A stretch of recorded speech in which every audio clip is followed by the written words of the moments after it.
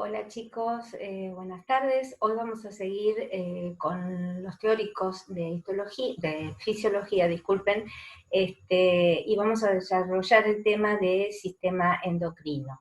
Enseguida hacemos los pasos para entrar ahí está. Bueno, bien. Entonces, el sistema endocrino. El sistema endocrino es un sistema que hoy en día no se puede separar del sistema nervioso. Por eso que hablamos hoy en día del sistema neuroendocrino. Y más aún con la aparición de ciertas carreras de posgrado, de medicina sobre todo, pero que también pueden realizarla otros profesionales, como la psiconeuroinmunoendocrinología. Esta nueva especialidad, que ya no es tan nueva, ya tiene unos cuantos años, permite abordar toda la unión de este sistema nervioso y endocrino con la parte psíquica, con la parte inmunológica y psicológica, obviamente, y llegar a conclusiones que tienen que ver a veces con el origen de ciertas enfermedades y cómo poder solucionarlas.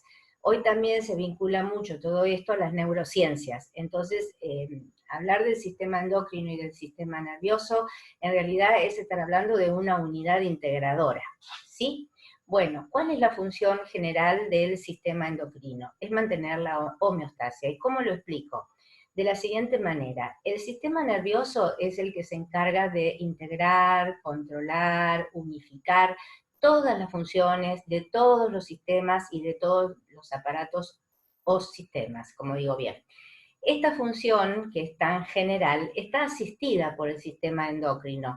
El sistema endocrino, a través del sistema límbico y de su conexión con el hipotálamo y con la neurohipófisis, mantiene una relación directa que nos permite, a su vez, tener en cuenta otra particularidad del ser humano, que son las emociones. Entonces, en la evolución del sistema nervioso, ya les expliqué yo, se empieza con una unidad que es la neurona y se sigue con la unidad funcional, que es el arco reflejo. Pero lo más elevado del sistema nervioso es la respuesta conductual.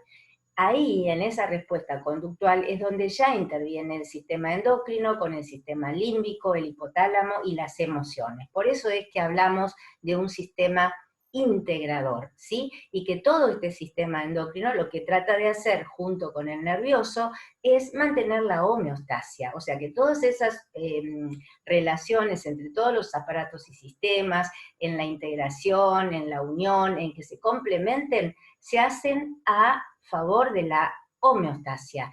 Y cuando yo digo homeostasia, hablo de equilibrio, o sea que equilibra a todos los sistemas y a todos los aparatos. Pero ese equilibrio, chicos, no es 50 y 50.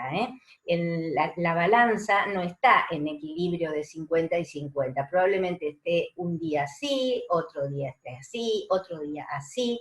Dependerá de qué le pasa a cada sistema para que el otro sistema lo complemente y no pierda el equilibrio en la función general del cuerpo.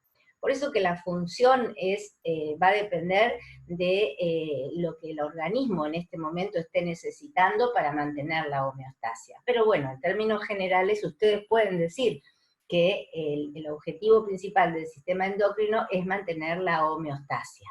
Muy bien. Este sistema, que integra, como les digo, al sistema nervioso, al hipotálamo, al sistema límbico, que forman parte del sistema nervioso, funciona con un mecanismo de retroalimentación que se llama retroalimentación negativa. Por un lado, se producen estímulos para que se produzcan determinados tipos de hormonas, y a su vez, ese producto, que es la hormona, actúa por eje digamos, negativo hacia el centro que le mandó la orden de estimulación, inhibiéndolo para que no se forme más hormona, porque si no se sigue formando hormonas y eso tampoco estaría bien. Entonces, el estímulo hormonal que baja del sistema nervioso, pasando, perdón, por diferentes glándulas, llega un momento que tiene que pararse. Entonces se genera el eje inhibitorio. Este es el eje hormonal, que puede empezar en el hipotálamo, seguir por la hipófisis, la tiroides, las suprarrenales, las gónadas, etcétera, etcétera. Va a ser más largo o más corto según qué tipos de glándulas estén relacionadas. Todos los ejes hormonales tienen una relación directa con el sistema nervioso y todos tienen una porción estimuladora y una porción inhibidora. ¿Sí? Muy bien. Los tejidos donde las hormonas van a actuar se llaman tejidos efectores o efectores endocrinos o también tejidos diana o células diana. Entonces, o también algunos los llaman órganos blancos, así que la hormona va a salir de la glándula, va a circular por sangre y cuando llegue al tejido efector va a cumplir su efecto, se va a unir a un receptor y va a desencadenar una serie de reacciones metabólicas. El mensajero químico acá de ese estímulo, ¿cuál va a ser? La hormona. La hormona la produce el tejido glandular endocrino. Y si nos acordamos, el tejido glandular es de origen epitelial. ¿Se acuerdan? Bien. La distancia que recorre una hormona por vía sanguínea va a ser muy larga, porque, por ejemplo, si genero el estímulo en hipotálamo, se produce la hormona en la hipófisis, esa hormona por ahí tiene que llegar a los ovarios o a la placenta. Miren todo el camino que tiene que hacer vía sanguínea para llegar. Entonces, es largo, pero el efecto es duradero. Si comparamos esto con el sistema nervioso tiene una distancia para recorrer quizá larga, pero lo hace muy rápido, en milésimas de segundo. Y el efecto es más, digamos, rápido y localizado. En cambio, el efecto de la hormona es mucho más duradero y al ser duradero es también efectivo. No importa que sea tardío, mientras que sea duradero. Los receptores a los cuales se une la hormona cuando sale de la glándula para cumplir el efecto van a estar situados generalmente en la membrana plasmática, pero también hay receptores que se enlazan con sustancias que se encuentran dentro del citoplasma. Ya vamos a ver cómo se clasifican estos receptores. Entonces, puntualmente, la función es mantener la homeostasia. Posee un eje de retroalimentación negativa, el efector se llama tejido efector con células dianas, la sustancia química que producen las glándulas se llama hormona. La distancia que recorre es larga a través de los vasos sanguíneos, pero su efecto es duradero. Y los receptores después los vamos a ver más adelante de nuevo. Bien, ¿cuáles son las glándulas? Si nosotros tenemos una imagen del cuerpo humano y empezamos a numerar las glándulas desde la cabeza, nos vamos a encontrar que la primera, que está en la cavidad craneal, es el hipotálamo, que como les dije antes, es una vinculación directa que tiene el sistema endocrino con el sistema nervioso. Y que eso ya desde la anatomía está unido, o sea, no se puede separar. Por eso siempre decimos que nosotros, que ya somos médicos grandes, estudiábamos a las glándulas como una entidad aparte del sistema nervioso, pero no, si anatómicamente está unido, ¿por qué no va a estar unido desde la función? ¿Se entiende? Bien. Si sigo por la cavidad craneal, me voy a encontrar con la glándula que se considera madre, que es la hipófisis, que está situada, ¿dónde? En la mitad de la base craneana, en un espacio que se llama silla turca y que pertenece al esfenoides. ¿Recuerdan? Bien. Después seguimos por la epífisis. La epífisis está ubicada más posterior que la hipófisis. Es una glándula muy pequeña, ya después vamos a ver imágenes, y a veces es muy difícil localizarla. Después pasamos a la tiroides. La tiroides está en el cuello. La tiroides está acompañada en su parte posterior por las paratiroides, o sea, tiroides en la parte anterior del cuello, y si buscamos en la parte posterior de la glándula, nos vamos a encontrar con 4 estructuras que son las glándulas paratiroides. Si sigo bajando, ya pasé de la cavidad craneana al cuello y paso a la zona del mediastino, me encuentro con el timo. El timo es una glándula que involuciona con el tiempo y que tiene mucho que ver con el sistema inmune. Sigo para abajo y me encuentro ya a nivel abdominal con las suprarrenales. Las suprarrenales están ubicadas en retroperitoneo, en la parte superior de los riñones. Son dos que tienen un aspecto triangular. Ya vamos a ver las imágenes. Bien. Vamos a ver entonces la epífisis o pineal.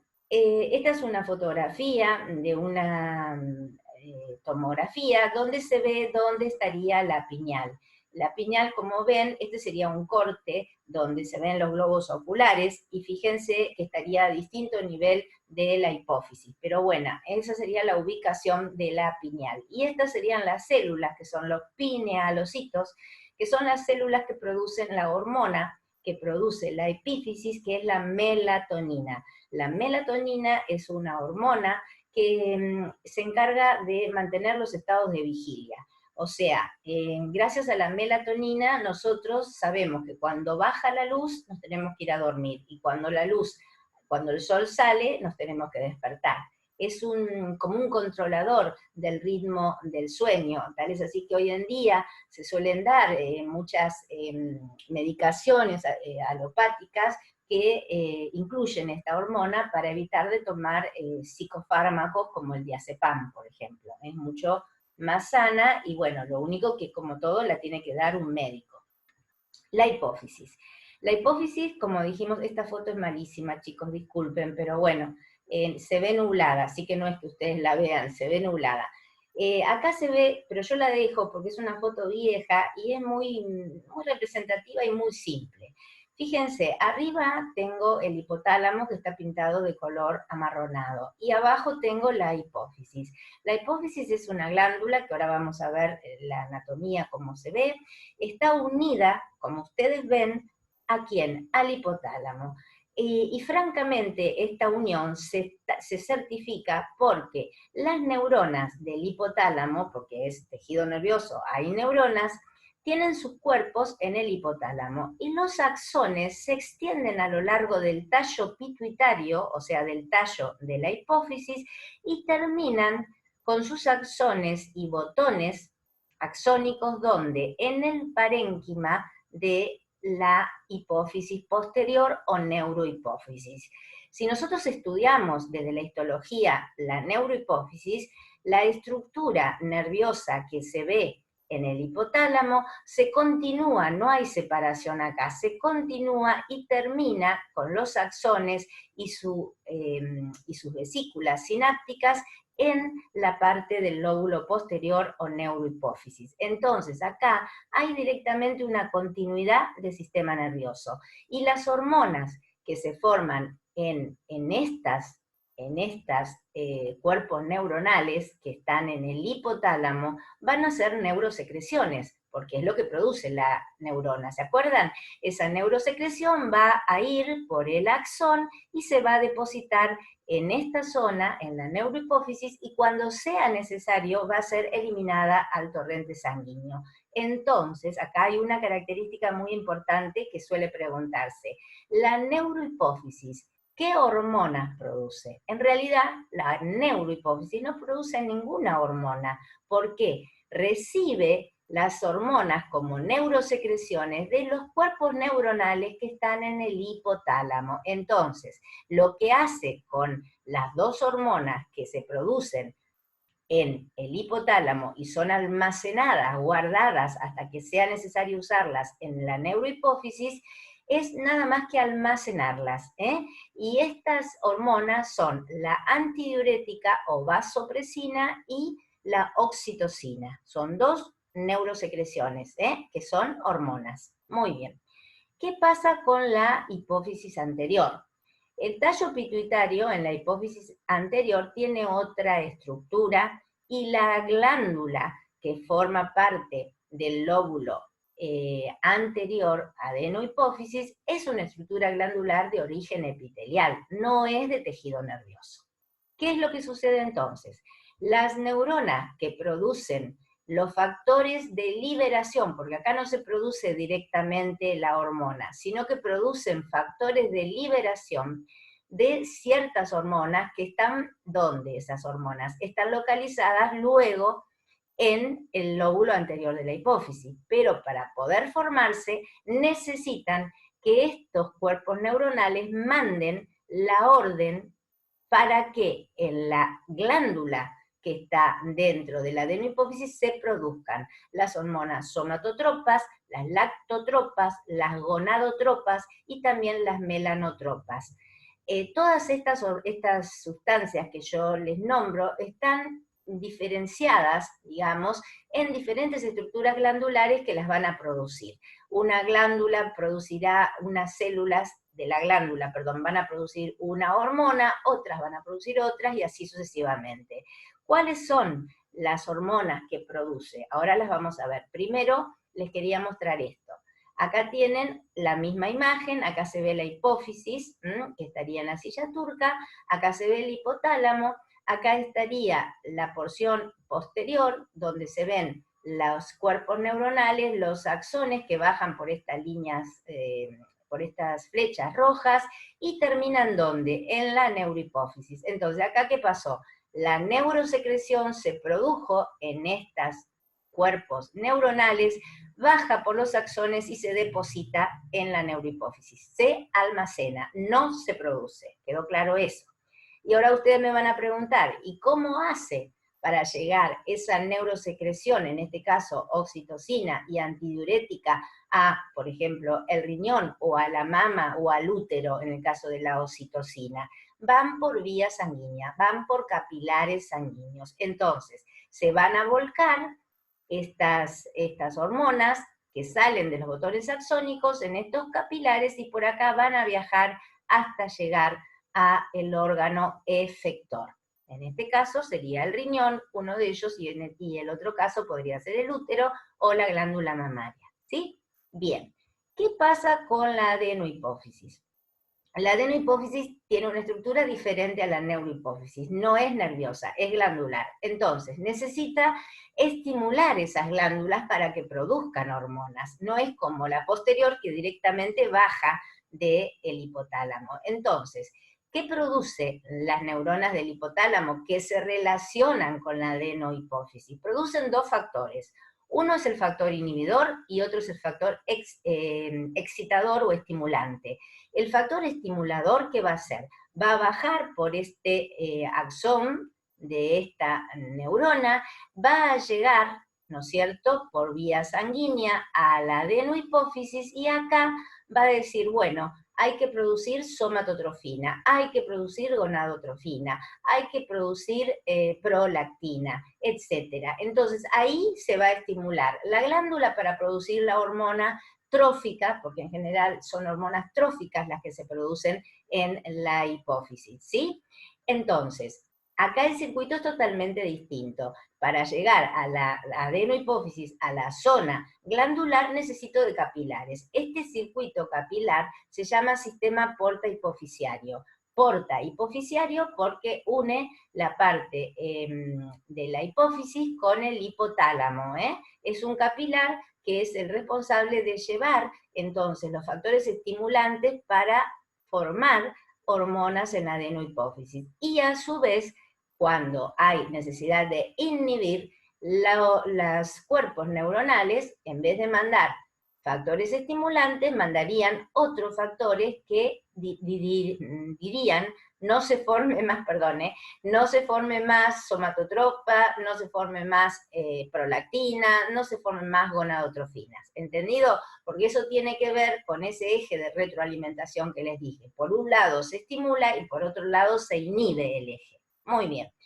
¿Cuáles serían entonces las hormonas de la adenohipófisis? Son todas hormonas tróficas, quiere decir que estimulan el crecimiento y el desarrollo. Por eso son tan importantes en el desarrollo del ser humano en sí, en el crecimiento, desde niño hasta adulto. Una es la hormona de crecimiento o GH o STH. Esa es la hormona básica de crecimiento que estimula todos los crecimientos de todos los aparatos y sistemas y también interviene en el estímulo del metabolismo basal. Después tenemos hormonas que van a actuar sobre glándulas, por ejemplo, la glándula mamaria, es la prolactina. Después tenemos las gonadotrofinas, que son hormonas que salen de la hipófisis y luego van a estimular el ovario o el testículo, por eso son gonado, porque van a las gónadas, gonadotrofinas, para estimular que luego se produzca luteinizante y folículo estimulante. Y a su vez, estas hormonas después finalmente producen hormonas sexuales, estrógenos en las mujeres, testosteronas en el hombre y también progesterona. O sea que el eje para la producción de estrógenos y progesterona, ¿de dónde vendría? De la hipófisis. ¿De qué hormona? De las gonadotróficas. ¿Entendido? Bien. Después tenemos la prolactina, ya la dije, y queda la adenocorticotrófica, que es la estimulante para producir hormonas en la suprarrenal, que es la ACTH, y después nos quedaría la hormona melanocito estimulante. La hormona melanocito estimulante es una hormona que al principio se decía que estaba producida por la parte media de la hipófisis, pero después, para no hacer tanto lío con las hormonas, directamente quedó incluida en la adenohipófisis, y como su nombre lo indica, estimula los melanocitos de la piel.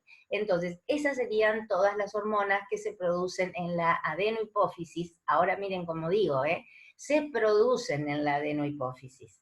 Acá no digo como en la neurohipófisis, se almacenan en la neurohipófisis, ¿está?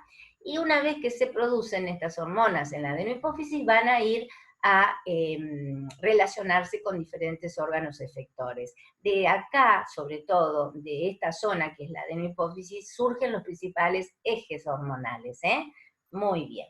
Bueno, acá tienen cómo es la adenohipófisis. La hipófisis, perdón, es una estructura que miden lo que mide 1 centímetro. Este colorcito rosado, blanquecino, como cubierto por una cerosa, es típico de todas las glándulas endócrinas, porque todas tienen un parénquima muy, como si fuera blando, para decirlo, y está cubierto siempre por una cerosa. Y ese color rosado se da porque tiene gran cantidad de capilares. Las glándulas endócrinas siempre tienen que tener un capilar cerca, porque si no, no pueden salir de la estructura glandular. No es como la glándula exocrina, que vierte su contenido al exterior, por ejemplo, la glándula sebácea, la glándula sudorípara, todas van a vertir su contenido hacia el exterior. Pero en este caso, las glándulas, ¿a dónde vierten el contenido? A los capilares sanguíneos, porque van por vía sanguínea circulatoria a llegar al órgano efector. Bien, y esta sería la histología, o sea, cómo se ve al microscopio la hipófisis. Miren, esto es un corte que es muy lindo, por supuesto que es un corte de un libro, o sea, extraída la foto de un libro, quiero decir. Fíjense, acá está el hipotálamo, arriba, ¿no? Entonces, si acá está el hipotálamo, esperen que no lo puedo marcar, acá.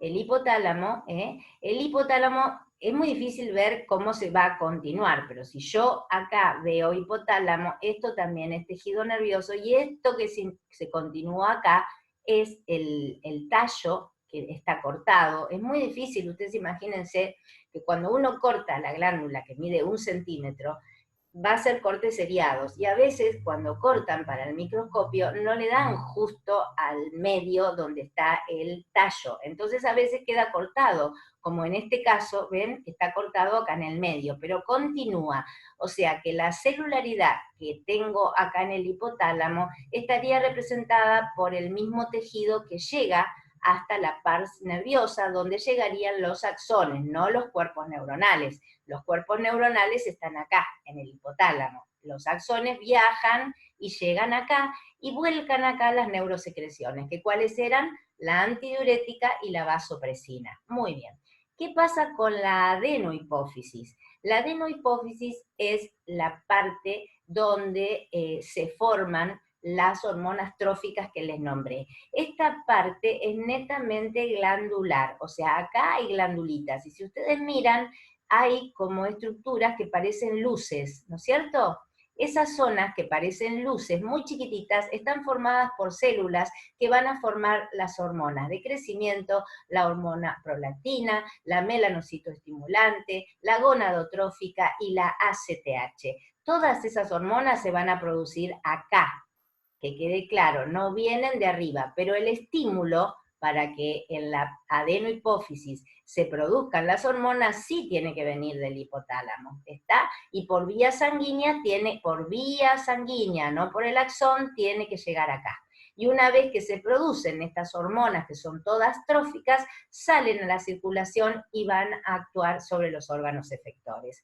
Acá también está marcada la pars intermedia, que yo hoy les dije que la pars intermedia, que es nada más que el medio o la porción media de la glándula, es la que dijimos que producía la melanocito estimulante. Pero ya les digo, ustedes pueden decir o incluirla en hormonas de la adenohipófisis. Bien, vamos a seguir con la tiroides. Acá tienen la tiroides, que está situada entonces en la parte anterior de la tráquea, está relacionada con el cartílago tiroides y el cricoides, y tiene esta forma lobulada, que esto es un dibujo obviamente, tiene dos lóbulos, uno a la derecha, otro a la izquierda, y a veces suele tener este que está en el medio, que se llama lóbulo piramidal.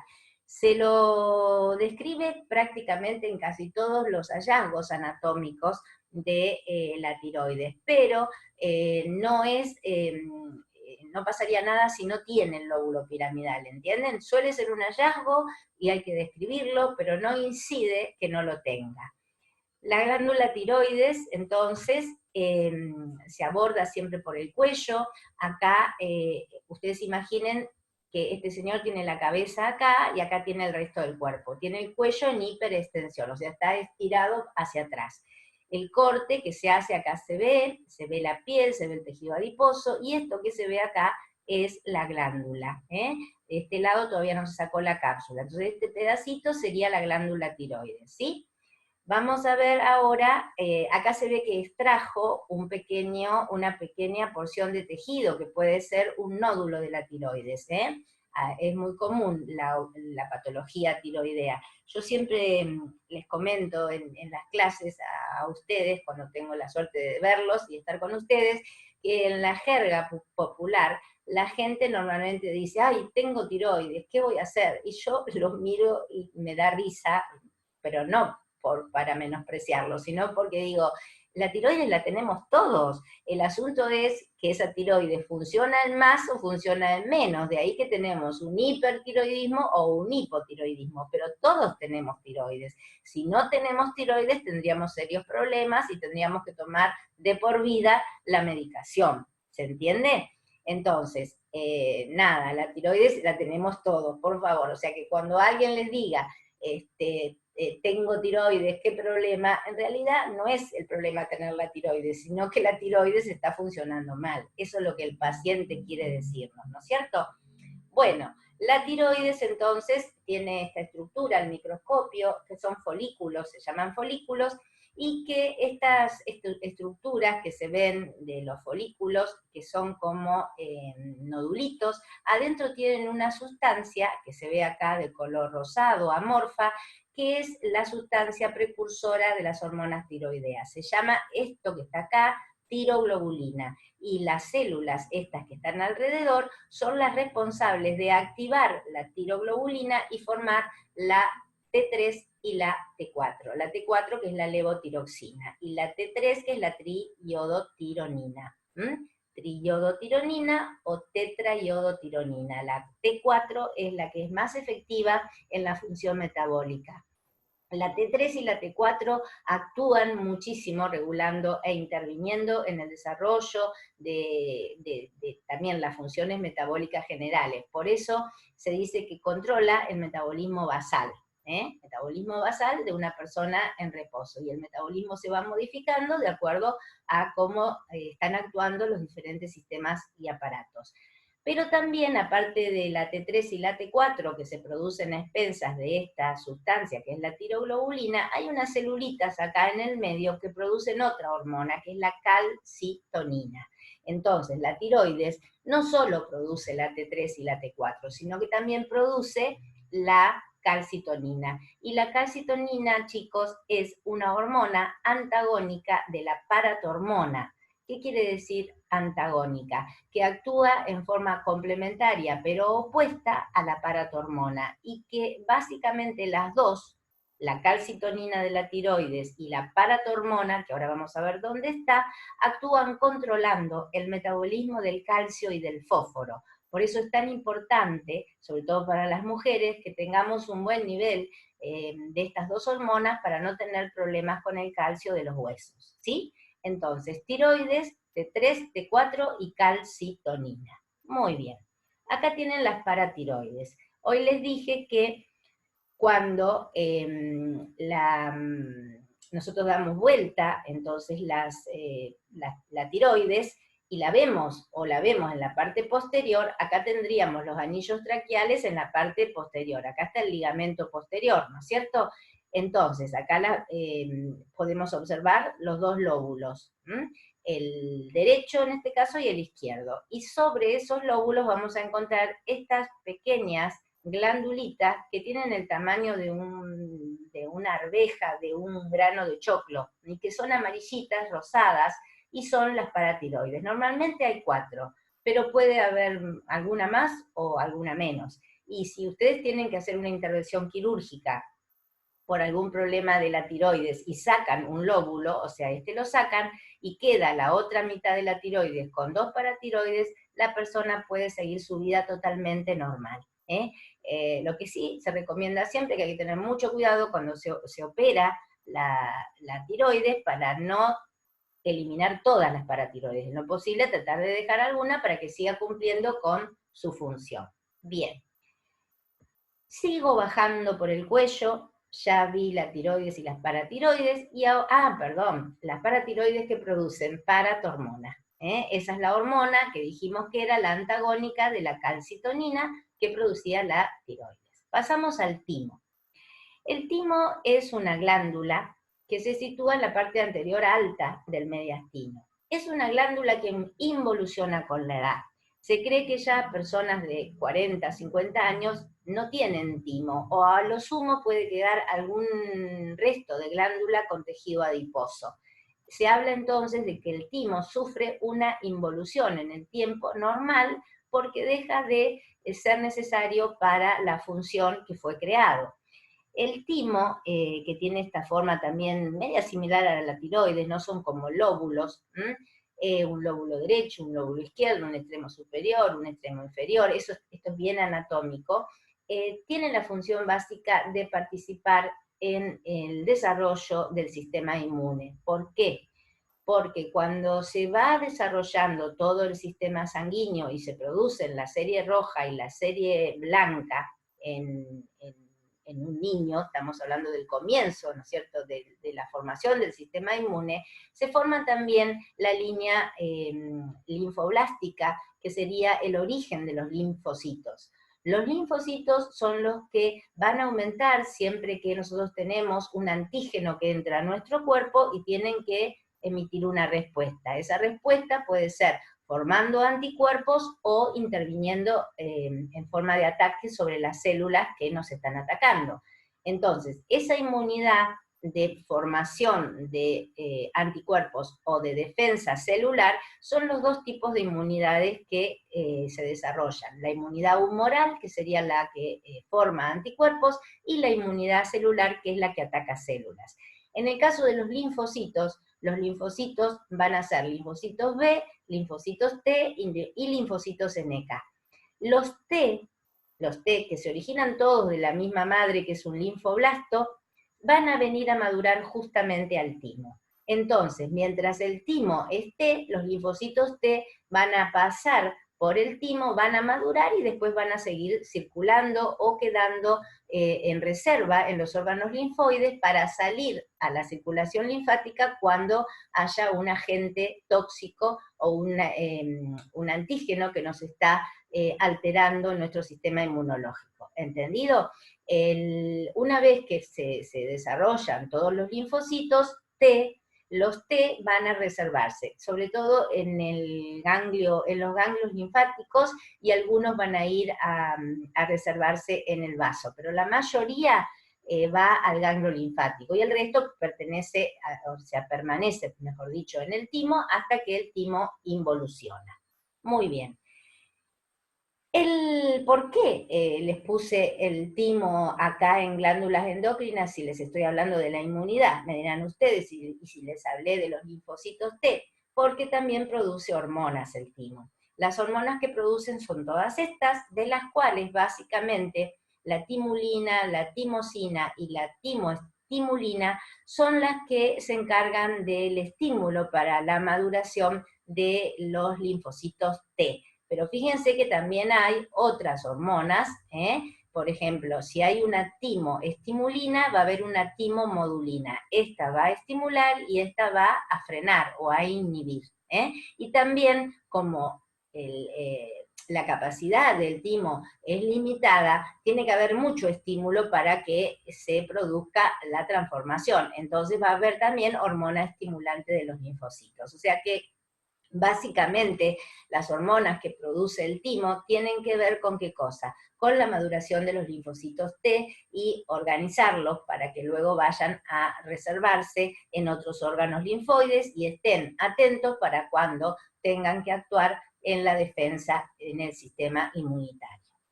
Bueno, terminamos con el timo y pasamos a las suprarrenales.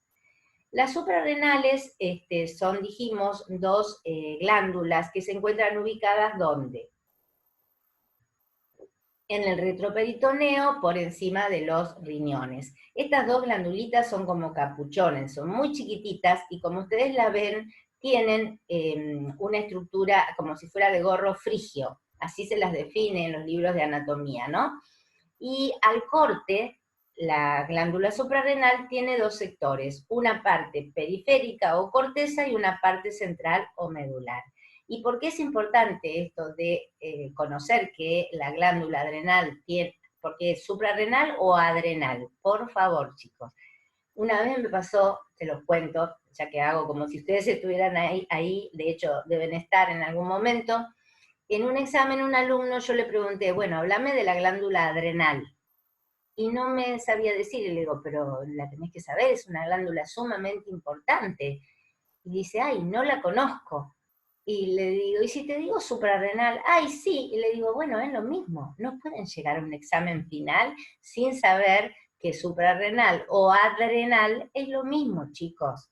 Eso es parte de cultura general también. A veces cuando uno lee, tiene que leer libros, aparte de que se pueden ayudar por el PowerPoint, pero siempre el PowerPoint va a tener cosas que yo no digo o que me puedo equivocar también, de hecho. Así que, por supuesto que trato de no, pero quiero decirlo, y si me equivoco, se los digo, pero a ver, siempre el libro es la base de un estudio. Entonces, siempre lo que yo les doy, si ustedes tienen el libro abierto, lo van a poder aprovechar mucho mejor, porque se pueden guiar por esto, que es lo que básicamente uno no puede no saber, y completar y avanzar más sobre el libro. Bueno, para no perder tiempo, porque esto tiene un ritmo, vamos a hablar de la corteza y la médula. La médula de la suprarrenal es de origen nervioso, y la corteza es de origen glandular. Es parecido a lo que pasa en ¿dónde? En la hipófisis. La hipófisis tiene también una parte nerviosa y una parte glandular. Bueno, lo mismo pasa acá,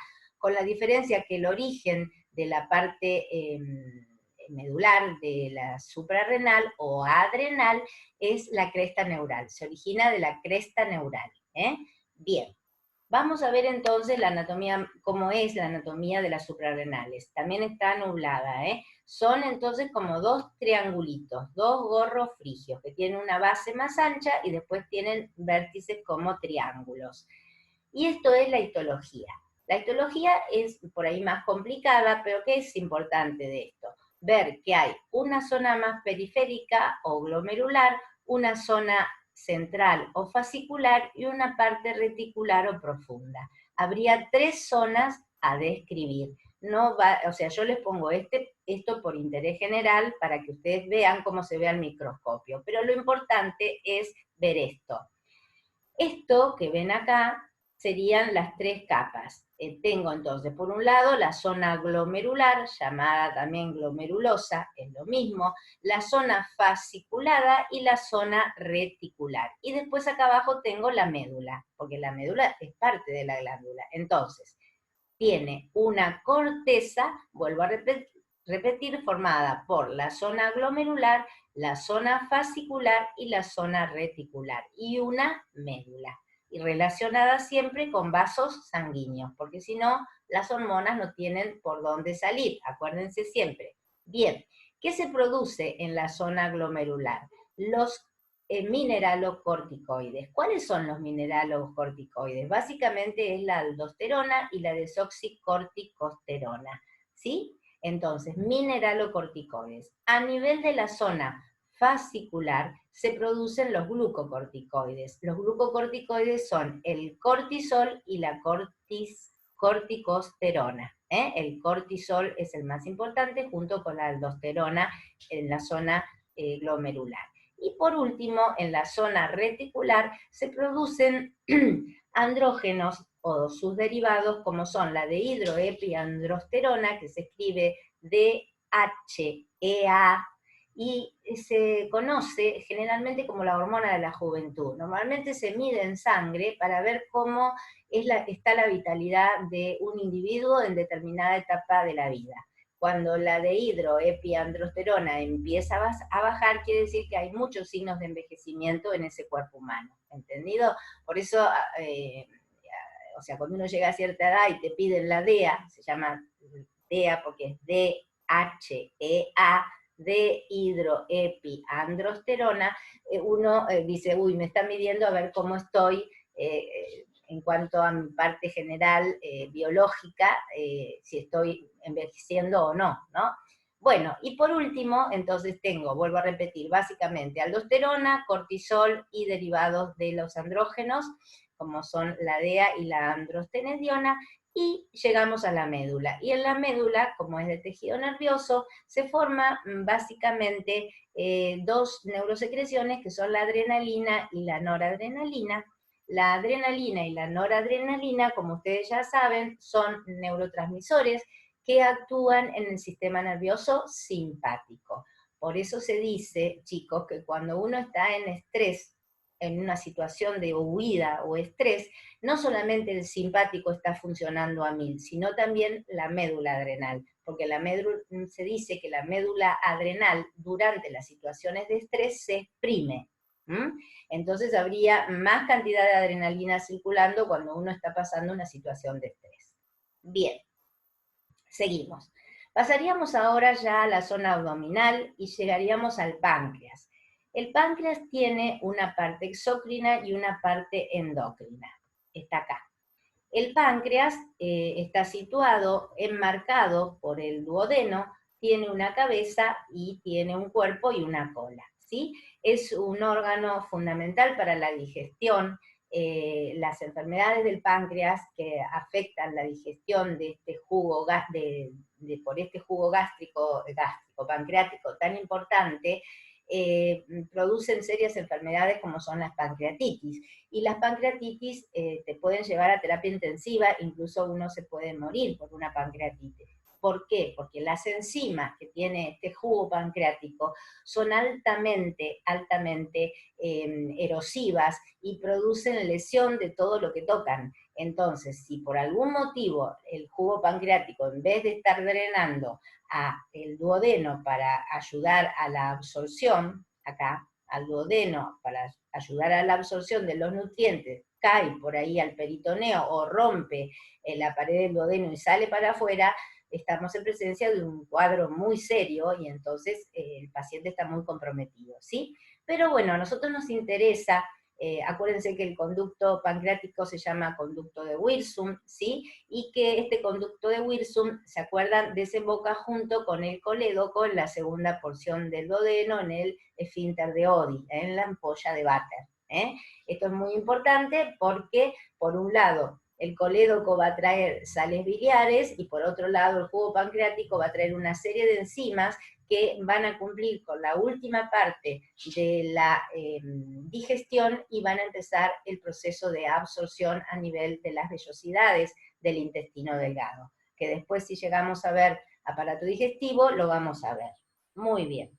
El páncreas, esto es como se ve macroscópicamente, esto está ya fijado en formol, por eso tiene un color más amarronado, pero si no también es rosado, como les digo, y tiene una cápsula, que acá la cápsula tiene, además de tejido conectivo, tiene un poco de grasa, por eso se ve amarilla. Entonces, esta sería la cabeza, esto sería el cuerpo y este sería la cola.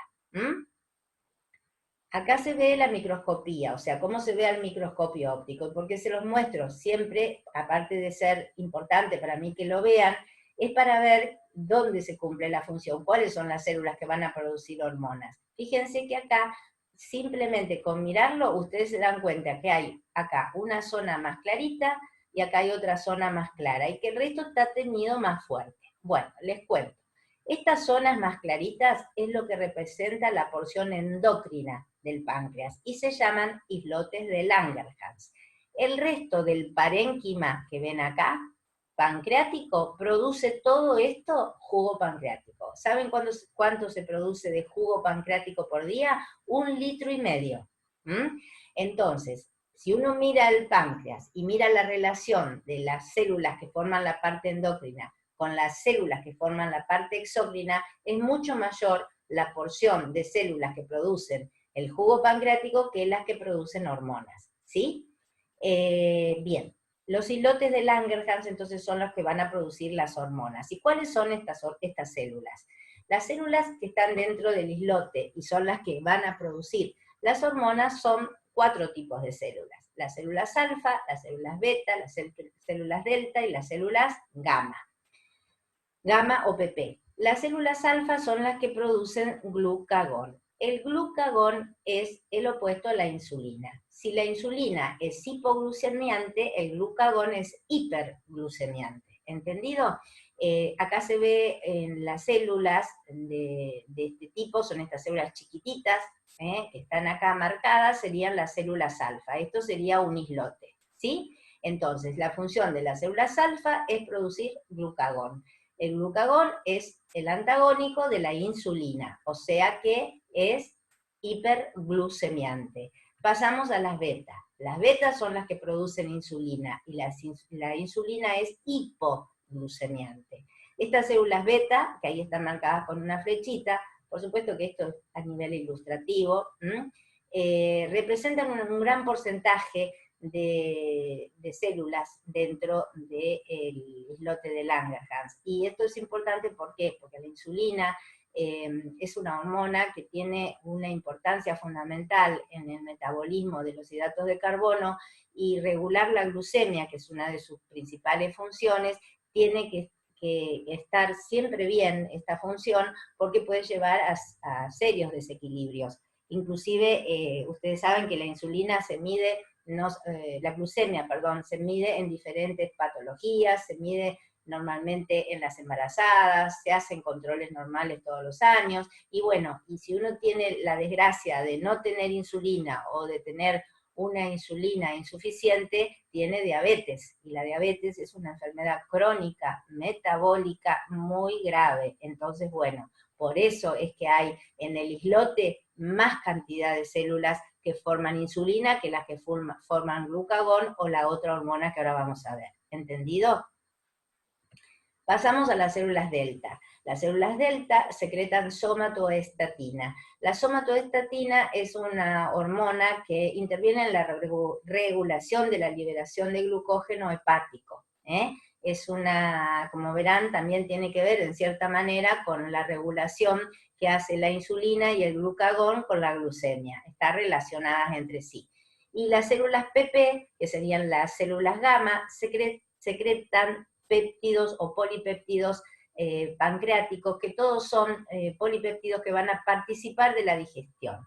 Está el péptido inhibidor gástrico, está el péptido, el polipéptido que actúa para inhibir a la gastrina, o sea, son varias familias de polipéptidos que actúan todos favoreciendo una buena digestión, o sea que van a actuar todos sobre los elementos que forman parte, me refiero a órganos que forman parte en la digestión, el estómago, la vesícula biliar, por ejemplo, ¿sí? Bien, entonces ya terminamos con el páncreas, que se tienen que acordar que hasta ahora es la única glándula que vimos que es mixta. ¿Por qué es mixta? Porque forma tiene una parte exocrina, forma el cubo pancreático, y una parte endocrina, forma insulina, glucagón, somatostatina y péptidos pancreáticos. ¿Entendido? Bien, seguimos. Pasamos a los ovarios. Los ovarios, que son como dos avellanas que forman parte del sistema reproductor femenino, como ustedes pueden ver ahí, están relacionados directamente con el eje hormonal, que como hoy les dije al principio, venía desde ¿dónde? Desde la hipófisis con las gonadotrofinas. Las gonadotrofinas liberan, cuando llegan al órgano efector, gonadotrofinas de tipo folículo estimulante y luteinizante. Estas dos hormonas, folículo estimulante y luteinizante, van a actuar en el ovario, ¿no es cierto? Acá se ve la cara externa. Este es un ovario de una señora no joven, sino, bueno, de edad madura, digamos, porque se ve ya blanco nacarado, normalmente es de color rosado, y el tamaño, bueno, es variable, 1,5 cm a 2 por 0,5 por 1, más o menos es la forma. Se dice que es como una almendra, la almendra puede ser un poco más grande y un poco más chica. Y esto que ven acá al corte es un cuerpo lúteo, ¿eh? Esto que está acá es un cuerpo lúteo que en algún momento fue un cuerpo hemorrágico. Por eso esto en algún momento también liberó, ¿qué cosa? Un ovocito. Entonces, ¿esto es importante? Sí, porque ya esto es algo que no vuelve a usarse en el ovario. Por eso que el ovario, adentro de él, vamos a ver, tiene esta estructura. Por empezar, tiene que haber folículos. Este es un folículo maduro y este es el ovocito. Este folículo maduro se produce uno cada 28 días, o sea, esto sería el tema de la regularidad del ritmo menstrual. Y antes de llegar al folículo maduro o terciario, hay que pasar por un folículo primario y un folículo secundario. Y antes del primario estaría el folículo primordial, que es lo que aparece primero para luego madurar hacia el primario, el secundario y llegar al terciario o folículo de Graf. ¿Cómo se forman o cómo maduran estos folículos? Que son importantísimos porque nosotros tenemos menstruación porque el óvulo, el ovocito cae, ¿no es cierto?, en la trompa uterina, no hay fecundación y se produce la descamación del endometrio. Entonces, este proceso que se mantiene desde la pubertad hasta la menopausia es un proceso continuo que está estimulado justamente por la hormona folículo estimulante. ¿Entendido? Los folículos en sus paredes tienen tecas o capas. Yo esto se los digo verbalmente, después leen la figura anterior. Los folículos tienen tecas o capas. En esas tecas o capas que se forman los estrógenos, ¿sí? Y los estrógenos y la progesterona son las dos hormonas sexuales femeninas por excelencia, mientras que la testosterona es del hombre. El estrógeno va a actuar en la primera parte del ciclo, o sea, del día 5, luego de la menstruación, al día 14. Y del día 14 al 28 actúa la progesterona. Si no hay fecundación, bruscamente la progesterona cae y se produce la descamación del endometrio y la metrorragia correspondiente a la menstruación. Si hay fecundación, la progesterona sigue funcionando, o sea, se sigue secretando. Entonces, el ovario va a tener que trabajar para producir progesterona para mantener ese huevo fecundado en la cavidad uterina. Una vez que se llega aproximadamente al cuarto mes, el ovario deja de producir progesterona y ¿quién lo empieza a producir? La placenta, que por eso la placenta es otra glándula que hay que tener en cuenta. Bien, acá en este dibujo se ve, miren, este es el cuerpo lúteo o el cuerpo amarillo, que sería el mismo que este que ustedes ven acá.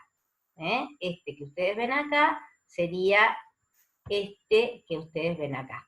Y los folículos viejos que quedan como cicatrices se llaman cuerpos albicans, y son estos. Acá tienen uno, y no sé si hay otro. Acá parece que hay otro. No, todavía no se formó. El verdadero que se ve bien en este dibujo es este, porque este cuerpo, que es el cuerpo amarillo, que tiene la cavidad a veces llena de sangre, va pasando por diferentes evoluciones, que sería esto, después esto, y después termina en esto que es el cuerpo albicán, que es como una cicatriz dentro del ovario. Por eso que las mujeres tenemos una vida útil, porque llega un momento que se termina de producir ovocitos porque no hay más folículos, ¿eh? Entonces, hay un envejecimiento del ovario. Llega un momento que ya no produce más. ¿Entendido? Por eso que se habla de una menopausia, que es cuando las mujeres empiezan a tener déficit de estrógeno, y ese déficit de estrógeno genera todo un cambio metabólico que hasta tiene que ver con el calcio óseo que hoy vimos. No es solamente no producir ovocitos. Hay cosas que nos suceden, que se llama la menopausia, y es todo un estado, que aparte es un estado anímico que adquiere la mujer, que algunas lo llevan de una manera, otros lo llevan de otro. Es muy común que una mujer en la menopausia entre en depresiones.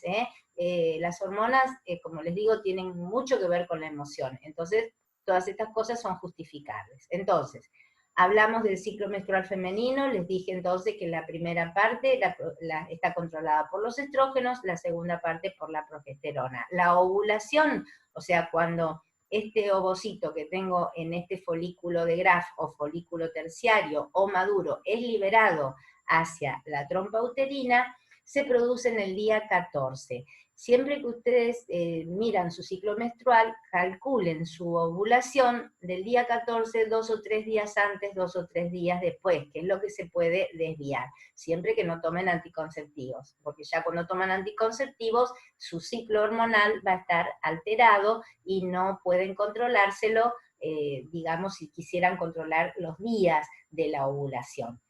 Generalmente una mujer que quiere quedar embarazada no va a tomar anticonceptivos, va a esperar ovular y tener relaciones en esos días para quedar embarazada. ¿Entendido?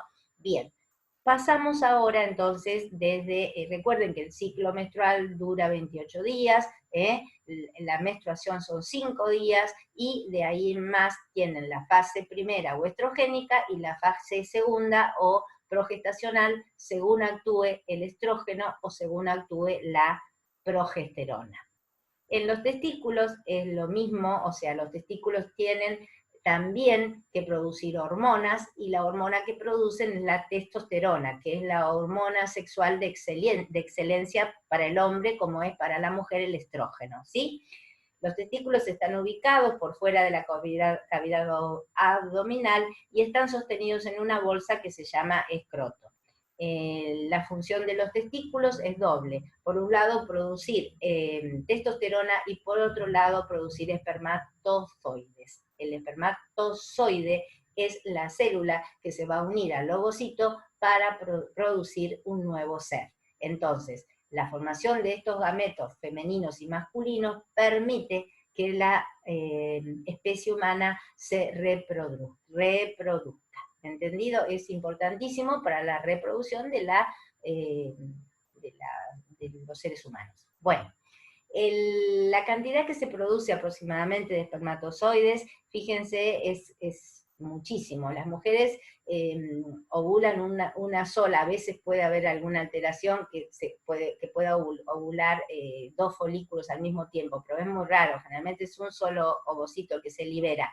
En cambio, los hombres que liberan el semen, y dentro del semen van los espermatozoides, liberan, miren, de 100 a 200 millones de espermatozoides por mililitro de semen. O sea, la cantidad de espermatozoides que tiene que eliminar para que uno solo vaya a fecundar a un óvulo. Realmente es una cosa increíble, ¿no? Cuando uno la ve. Inclusive hay películas que muestran, algunos quizá han visto, donde se ve cómo el espermatozoide va subiendo por el cuerpo uterino, se mete en la trompa, y en la tercera porción de la trompa, en la ampolla, se produce la fecundación. Es una cosa maravillosa y re linda de ver.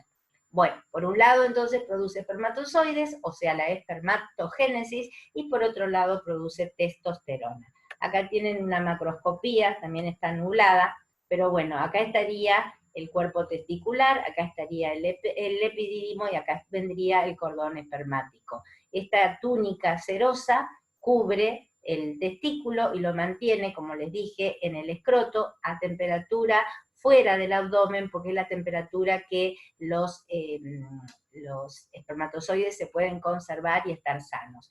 Así se ve en la microscopía, o sea, en el microscopio, así como les mostré los demás órganos o las demás glándulas, les muestro esta. Acá tiene la cápsula o albuginia, que es de tejido conectivo, y estos son los túbulos seminíferos. Los túbulos seminíferos es donde se va a producir la espermatogénesis. Bien, entonces terminé con testículo y recuerden entonces que testículo es una glándula mixta. Tiene una función exócrina, que es producir los espermatozoides, y una función endocrina, que es producir, ¿qué cosa? La testosterona. Entonces vimos dos glándulas mixtas que tienen una porción exócrina y una porción endocrina. Una es el páncreas, la otra es el testículo.